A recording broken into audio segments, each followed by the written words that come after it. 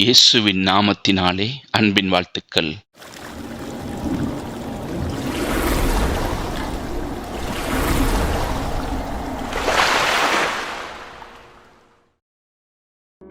ஈசாக்கிற்கும் ரெபெக்காளுக்கும் பிறந்த இரட்டை பிள்ளைகளில் மூத்தவனானவன் ஏசாவுக்கு 3 மனைவிகள் இருந்தார்கள். Basmath ஆதாள், Judith அகோலிபாமாள், Basmath மகலாத். ஏசா இவர்களுடைய தன்னுடைய 40ஆம் வயதில் திருமணம் செய்ததாகவும், இவர்கள் ஏசாவின் பெற்றோர் ஈசாக்கிற்கும் ரெபெக்காளுக்கும் மனநோவாய் இருந்தார்கள் என்றும் ஆதியாகமம் 26, 34, 35 வசனம் கூறுகிறது. ஏசா அந்நிய நுகத்தில் பிணைக்கப்பட்டதால் குடும்பத்தில் வேதனைகள் உண்டாயிற்று. 2 கொரிந்தியர் 6:14. ஏசா தன் பெற்றோரின் ஆலோசனைகளையும் தேவ பக்தி நிறைந்த நீதியான அறநெறி முறைகளையும் அலட்சியப்படுத்தி யெகோவா தேவனை வழிபடாத புற இனத்து பெண்களை திருமணம் செய்து கொண்டான். இது ஏசாவிற்கு தன்னுடைய முற்பிதாக்களுடன் தேவன் செய்த உடன்படிக்கை ஆசீர்வாதத்தின் மீது இருந்த விருப்பக் குறைவை காட்டுகிறது. ஆபிரகாம் ஈசாக்கின் திருமணத்தை குறித்து விரும்பியது போலவே ஈசாக்கும் தன் பிள்ளைகள் கானானியருடன் சம்பந்தம் கலவாது தன் இனத்தாரிடமே பெண் கொண்டு வாழ வேண்டும் என்று விரும்பினான். ஆனால் ஏசாவோ தன் பெற்றோரின் விருப்பத்திற்கு மாறாக பல தெய்வங்களை வழிபட்ட கானானிய பெண்களை திருமணம் செய்து கொண்டதால் அவர்கள் ஈசாக்கிற்கும் ரெபெக்காளுக்கும் மனநோவாய் இருந்தார்கள். இதனால்தான் ஏசா தனது சேஷ்ட புத்திர பாக்கியத்தை அற்பமாய் எண்ணி இழந்திருக்கலாம் என நினைக்க தோன்றுகிறது. ஏசாவின் வம்ச வழியினர் ஏதோமியர்கள் என்று அழைக்கப்பட்டனர். ஏசா ஏதோமியர்களின் தகப்பன் என்று அழைக்கப்பட்டான். இவனுடைய தம்பி யாக்கோபின் வழியினர் இஸ்ரவேலர் என்று அழைக்கப்பட்டனர். இவர்களிடையே அடிக்கடி போர் நடந்தது.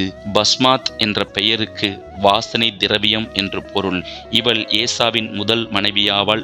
பல தெய்வங்களை வழிபட்ட கானான் தேசத்து பெண்ணாக இவள் கானான் தேசத்தைச் சேர்ந்த ஏத்தியனான ஏலோனின் குமாரத்தி.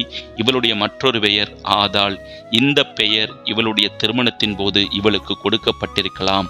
ஏசாவின் 3வது மனைவியின் பெயரும் பஸ்மாத். பஸ்மாத் என்கிற பெயர் இருவருக்கும் இருப்பதால் புலிங்கர் என்ற வேத அறிஞர் ஏசாவின் முதல் மனைவிக்கு ஆதாள் என்கிற பெயர் சூட்டப்பட்டிருக்கலாம் என்கிறார்கள்.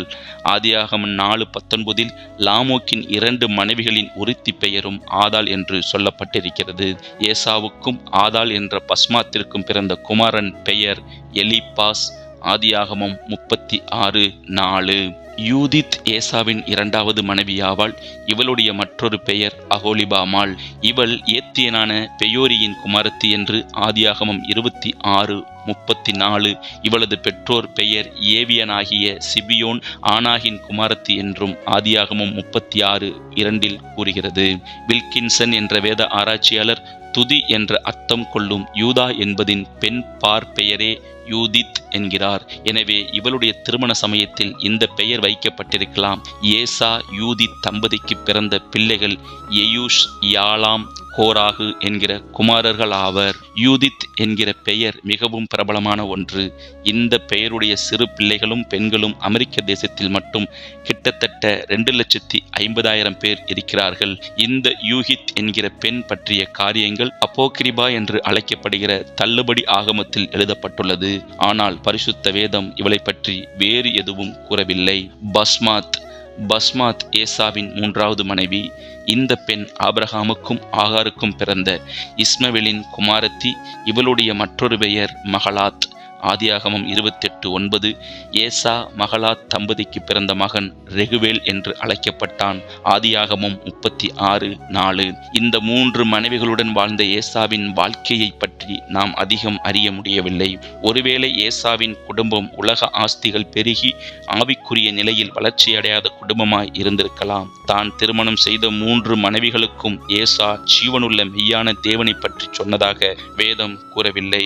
ஆபிரகாம் சன்னதியில் பிறப்பு உரிமையுடன் பிறந்த ஏசா வாக்குத்தத்தமான கானான் தேசத்தை விட்டு வேறு தேசத்திற்கு கடந்து சென்றது மிகவும் வருத்தமளிக்கிறது.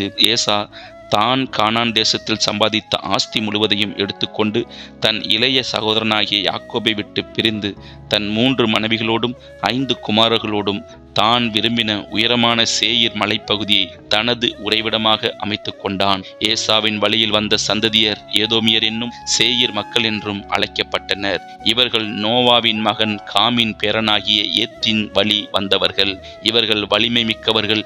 ஏசா ஏதோமியரின் கோத்திரப்பிதா என அழைக்கப்பட்டான். தேவ பக்திக்கேற்ற உத்தம காரியங்களை முக்கியப்படுத்தாமல் ஆத்திரத்தோடு தங்கள் மாம்சமும் மனமும் விரும்பும் காரியங்களை செய்கின்ற சீர்கெட்டவர்களுக்கு ஏசா ஒரு முன்மாதிரியாய் இருக்கின்றான். ஏத்தியரை திருமணம் செய்வதை இஸ்ரவேலர் இழிவாக கருதினர் என பாரம்பரியம் கூறுகிறது. புத்தியுள்ள ஸ்திரீ தன் வீட்டை கட்டுகிறாள், புத்தி இல்லாத ஸ்திரீயோ அதை இடித்து போடுகிறாள் என்று நீதிமொழிகள் 14:1 சொல்லியிருப்பது எவ்வளவு உண்மை! ஆவதும் பெண்ணாலே அழிவதும் பெண்ணாலே என்ற பல மொழிக்கேற்றபடி புற இனத்து பெண்களுடன் இல்லற வாழ்க்கையை நடத்திய ஏசாவின் வாழ்க்கை சீர்கெட்டு போயிற்று. 2 கொரிந்தியர் 6:14 சொல்லுகிறபடி அந்நிய நுகத்திலே அவிசுவாசிகளுடனே பிணைக்கப்படாமல் ஏசா தன்னை காத்து கொள்ளவில்லை. விசுவாசத்தின் பிள்ளைகளாகிய நாம் உற்றார் உறவினர் மற்றும் ஆவிக்குரிய நண்பர்களின் திருமணங்களை நிச்சயிக்கும் போது தேவன் மேல் விசுவாசமுள்ள வாழ்க்கை துணையை தேர்ந்தெடுப்பதற்கு ஜாக்கிரதையாய் இருப்போமாக. திருமணம் என்பது 1000 காலத்து பயிர் என்பார் பெரியோர். அதிகமாக செபித்து தேவ சித்தம் அறிந்து தேவ வசனத்திற்கு ஏற்ப பெரியோரின் ஆலோசனைகளை கேட்டு வாழ்க்கை துணையை தேர்ந்தெடுப்பதன் மூலம் சந்ததியாக ஆசீர்வதிக்கப்பட்ட குடும்பமாக வாழலாம். ஆமேன்.